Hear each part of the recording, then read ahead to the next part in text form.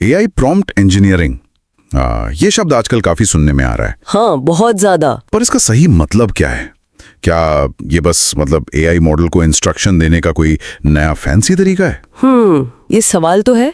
हमने ना एंथ्रोपिक के यूट्यूब चैनल पर एक बड़ी दिलचस्प चर्चा देखी। अच्छा। हाँ, उनके ही प्रॉम्प्ट इंजीनियर्स और रिसर्चर्स बात कर रहे थे, तो हमने सोचा कि क्यों ना उसी से कुछ अहम बातें निकालें। बढ़िया आइडिया है, क्योंकि ये जानना जरूरी है कि जो लोग असल में ये काम करते हैं वो क्या सोचते हैं। बिल्कुल, तो आज हम यही समझने की कोशिश करेंगे कि ये प्रॉम्प्ट इंजीनियरिंग असल में है क्या चीज, और एक अच्छा प्रॉम्प्ट इंजीनियर करता क्या है। हाँ, और आगे मतलब भविष्य में ये कैसा दिख सकता है। तो चलिए इसी पर बात करते हैं। ठीक है। तो सबसे पहले ये प्रॉम्प्ट इंजीनियरिंग है क्या? एंथ्रोपिक के एक इंजीनियर हैं जैक विटन। हाँ, जैक। उनके हिसाब से ये मॉडल से काम करवाने का उसकी पूरी क्षमता इस्तेमाल करने का एक तरीका है। मतलब बुनियादी तौर पर साफ साफ बात करना, स्पष्ट संवाद। हाँ, लेकिन इसमें ये इंजीनियरिंग शब्द क्यों है? ये थोड़ा कंफ्यूजिंग लगता है कभी कभी। सही बात है। जैक ने बताया कि ये असल में एक ट्रायल एंड एरर वाली प्रक्रिया है, मतलब बार बार कोशिश करके देखना। अच्छा, जैसे इंजीनियरिंग में होता है प्रोटोटाइप बनाना, टेस्ट करना। हाँ बिल्कुल, आप मॉडल के साथ लगातार प्रयोग करते हैं, डिजाइन बदलते हैं, और हर बार आप एक तरह से बिल्कुल नई सिरे से भी शुरू कर सकते हैं। ये दिलचस्प है। तो ये सिर्फ लिखना नहीं है बल्कि डिजाइन करना है। हाँ, और डेविड हर्शी जो एंथ्रोपिक में क्लाइंट्स के साथ काम करते हैं, वो इसे मॉडल को प्रोग्राम करने जैसा देखते हैं। प्रोग्राम करना मतलब कोड लिखना? नहीं, कोड जैसा नहीं, पर इसमें वो सिस्टम वाली सोच लगती है। सिस्टम थिंकिंग जैसे कि डेटा कहाँ से आएगा, मॉडल जवाब देने में कितना टाइम लेगा, मतलब लेटेंसी कितनी होगी, ये सब सोचना पड़ता है। ये सिर्फ सुंदर शब्द लिखने से कहीं ज्यादा है। समझी। तो ये एक पूरी प्रक्रिया है, सिर्फ एक कमांड ही नहीं। बिल्कुल। तो यहाँ एक सवाल उठता है, क्या हम प्रॉम्प्ट को ये कह सकते हैं कि ये बस आम भाषा में लिखा हुआ कोड है? अच्छा सवाल है। डेविड का मानना है कि इसे ज्यादा जटिल नहीं बनाना चाहिए, मतलब सबसे जरूरी तो साफ निर्देश लिखना ही है। हाँ, वो तो है। लेकिन वो कहते हैं कि कोडिंग के कुछ सिद्धांत यहाँ भी काम आते हैं, जैसे वर्जन कंट्रोल रखना। अच्छा, यानी आपने प्रॉम्प्ट में क्या क्या बदलाव किए उसका रिकॉर्ड रखना। हाँ, और जो प्रयोग किए उन्हें ट्रैक करना। तो ये ऐसा है जैसे आप लिखे हुए टेक्स्ट को कोड की तरह ही ट्रीट कर रहे हो। हाँ, ये समझ आता है। एक तरह का डिसिप्लिन चाहिए। सही। तो फिर एक अच्छा प्रॉम्प्ट इंजीनियर बनने के लिए क्या चाहिए होता है? क्या गुण होने चाहिए? इस पर अमांडा आस्किल, जो फाइन ट्यूनिंग टीम लीड है एंथ्रोपिक में, उन्होंने कुछ अच्छी बातें बताई। हाँ, क्या कहा उन्होंने? पहली चीज तो वही साफ संवाद करने की क्षमता, क्लियर कम्युनिकेशन। ठीक है। दूसरी, बार बार कोशिश करके सुधार करने की इच्छा, मतलब इटरेशन, हार ना मानना। और ये सोचना कि प्रॉम्प्ट कहाँ फेल हो सकता है, मतलब वो जो एज केसेस होते हैं ना, उनका ध्यान रखना। हाँ, ये तो बहुत जरूरी लगता है। बिल्कुल। अमांडा तो कहती है कि सिर्फ अच्छा लिखने वाला होना काफी नहीं है। अच्छा? हाँ, वो बताती है कि कभी कभी एक ठीक ठाक प्रॉम्प्ट बनाने के लिए उन्हें 15 मिनट में सैकड़ों बार मॉडल से इंटरेक्ट करना पड़ जाता है। बाप रे, सैकड़ों बार? हाँ, क्योंकि वो असामान्य मतलब अनयूजुअल केसेस के बारे में सोच रही होती हैं कि कहाँ गड़बड़ हो सकती है। ये तो सच में इंजीनियरिंग जैसा ही लग रहा है। हाँ, बहुत मेहनत का काम है तो। और जैक विटन ने एक और बात पे जोर दिया। किस पर? कि मॉडल जो आउटपुट दे रहा है उसे ध्यान से पढ़ना उतना ही जरूरी है जितना मशीन लर्निंग में डेटा को देखना। सही बात है। सिर्फ प्रॉम्प्ट लिख देना काफी नहीं।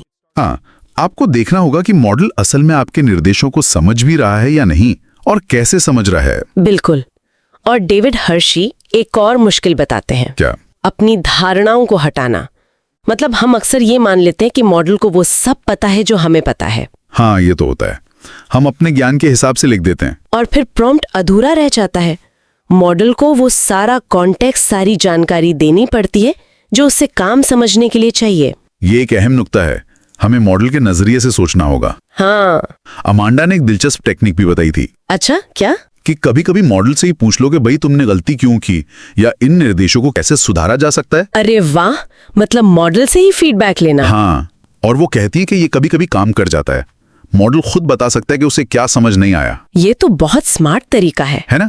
अच्छा, एक और चीज, प्रॉम्प्ट में मॉडल को कोई भूमिका या पर्सोना देना कितना असरदार होता है? जैसे तुम एक एक्सपर्ट हो, ऐसा कुछ कहना। हाँ, ये भी एक आम तरीका है। अमांडा को ये ज्यादा पसंद नहीं, खासकर अब जब मॉडल इतने बेहतर हो रहे हैं। क्यों? उनका मानना है कि सीधे सीधे ईमानदारी से काम बताना बेहतर है, जैसे आप किसी सहकर्मी को बताते हैं। ज्यादा नाटक करने की जरूरत नहीं।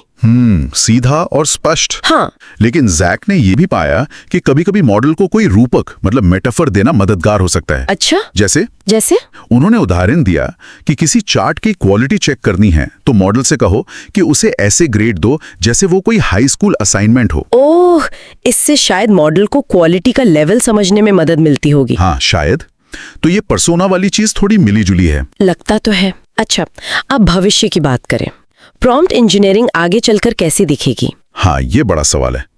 डेविड का मानना है कि काम को साफ साफ बताने की जरूरत तो हमेशा रहेगी। वो तो शायद कभी नहीं बदलेगा। हाँ, लेकिन शायद मॉडल इसमें ज्यादा मदद करने लगेंगे। मतलब वो प्रॉम्प्ट को बेहतर बनाने में हमारे साथ काम करेंगे। एक तरह का सहयोग। हाँ, बिल्कुल। और अमांडा एक और दिलचस्प संभावना देखती हैं। क्या? वो कहती हैं कि शायद भविष्य में मॉडल इतने काबिल हो जाएं कि वो हमसे सवाल पूछकर हमारी जरूरतें समझें। जैसे कोई कंसल्टेंट करता है। हाँ, बिल्कुल, जैसे कोई एक्सपर्ट सलाहकार। तब शायद प्रॉम्प्टिंग का मतलब सिर्फ निर्देश देना नहीं रहेगा। तो फिर क्या होगा? शायद अपनी जरूरतों को ज्यादा स्पष्ट करना होगा। मॉडल हमसे सही सवाल पूछेगा और हमें उसे सही जवाब देने होंगे। वाह, ये तो बिल्कुल अलग तरह का इंटरेक्शन हो जाएगा। हाँ, काफी अलग। तो इन सब बातों का निचोड़ क्या निकलता है? मतलब प्रॉम्प्टिंग इंजीनियरिंग आखिर है क्या? मेरे ख्याल से ये सिर्फ कीवर्ड टाइप करना या फैंसी निर्देश लिखना तो बिल्कुल नहीं है। नहीं, ये मॉडल के साथ एक किस्म का संवाद है जिसमें स्पष्टता चाहिए, प्रयोग करने का जज्बा चाहिए। हाँ, और मॉडल की क्षमताओं और उसकी सीमाओं दोनों की समझ जरूरी है। बिल्कुल। और ये एक ऐसी प्रक्रिया है जो रुकी हुई नहीं है, ये लगातार विकसित हो रही है। सही कहा। जैसे जैसे मॉडल बेहतर होंगे ये तरीका भी बदलेगा। हाँ, शायद ये और ज्यादा सहयोगी मतलब कोलैबोरेटिव बन जाए, जहां हम और मॉडल मिलकर जरूरतें तय करेंगे। ये सुनने में तो बहुत रोमांचक लगता है तो। और अंत में सोचने के लिए एक बात। हाँ, अगर भविष्य में एआई हमारी अधूरी या अस्पष्ट बातें भी समझने में इतना माहिर हो गया तो क्या इंसानों के तौर पर हमें और ज्यादा स्पष्ट और आत्म जागरूक होने की जरूरत पड़ेगी? मतलब ताकि हम खुद जान सकें कि हम असल में चाहते क्या हैं।